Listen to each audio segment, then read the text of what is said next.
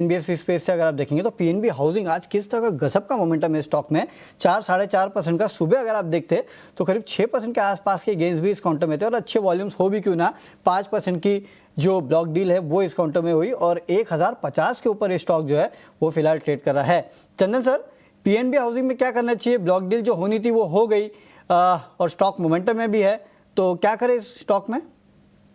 देखिए, PNB housing का setup तो पॉजिटिव है और आज से 3 दिन पहले भी एक ब्लॉक हुआ था और गैप अप ओपनिंग हुई।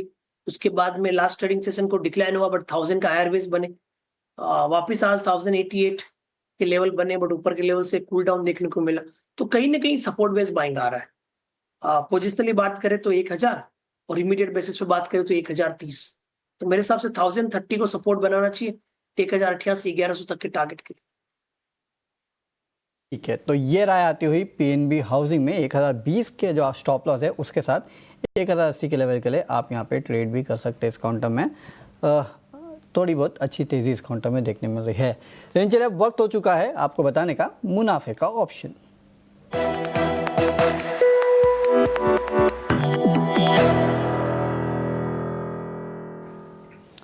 चलिए, और आज मुनाफे का ऑप्शन बताने के लिए हमारे साथ है एंजल वन के राजेश भोसले। राजेश जी, गुड आफ्टरनून, बहुत बहुत स्वागत है सर आपका 18 और सजेश में। सर बताइए, ऑप्शंस के जरिए कहाँ पे कराएंगे कमाई?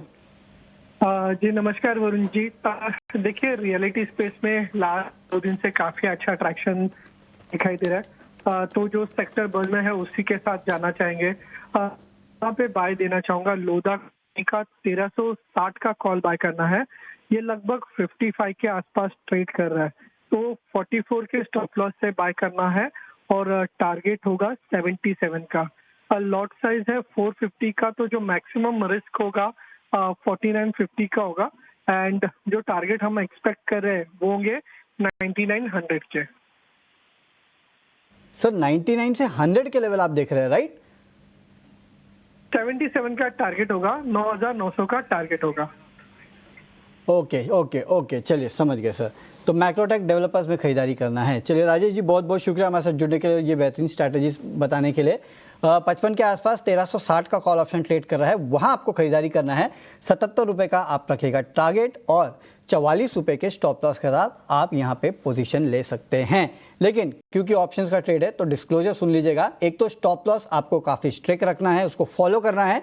और सेबी की स्टडी कहती है कि एफएनओ ट्रेड में 10 में से 9 लोग नुकसान करते हैं। औसतम नुकसान जो है वो 50,000 रुपये का होता है। इसके लिए बहुत बहुत सोच समझ के आपको एफएनओ ट्रेडिंग करनी है। ओके चलिए, लेकिन अब आगे बढ़ते हैं और हमने अब मुनाफे का ऑप्शन तो ले लिया, लेकिन चंदन सर से भी जान लेते हैं कि उनकी नज़र कहाँ पे है। चंदन सर, अपने पिक्स बताइए सर।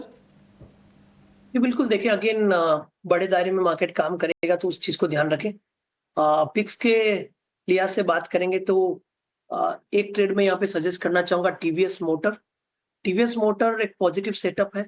3 दिनों के हल्के से करेक्टिव मूव के बाद में आज एक बुलिश सेटअप बना है। वीकली चार्ट सेटअप भी ठीक है। मौजूदा लेवल से बात करें तो 2700 के सपोर्ट से 2835 तक के टारगेट बननी चाहिए। टीवीएस मोटर एक काउंटर हो सकता है जहां पे खरीदारी की सलाह बनेगी और उसके